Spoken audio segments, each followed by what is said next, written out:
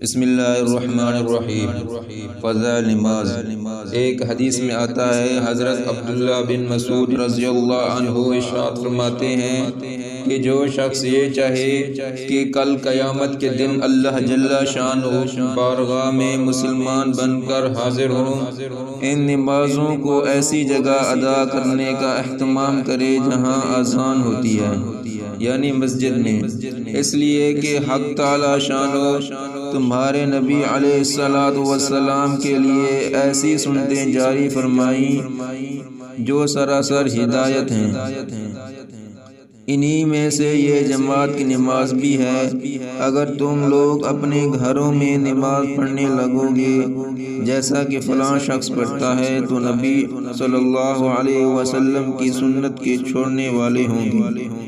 اور یہ سمجھ لو کہ اگر نبی اکرم صلی اللہ علیہ وسلم کی سنت کو چھوڑ دو گے تو تم گمراہ ہو جاؤ گے۔ اور جو شخص اچھی طرح وضو کرے، اس کے بعد مسجد کی طرف جائے تو ہر قدم پر ایک ایک نیکی لکھی جائے گی،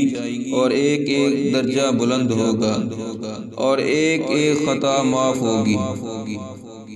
اور ہم تو اپنا یہ حال دیکھتے تھے کہ جو شخص کھلم کھلا منافق ہو وہ تو جماعت سے رہ جاتا تھا، ورنہ حضور صلی اللہ علیہ وسلم کے زمانے میں عام منافقوں کی بھی جماعت چھوڑنے کی ہمت نہ ہوتی تھی،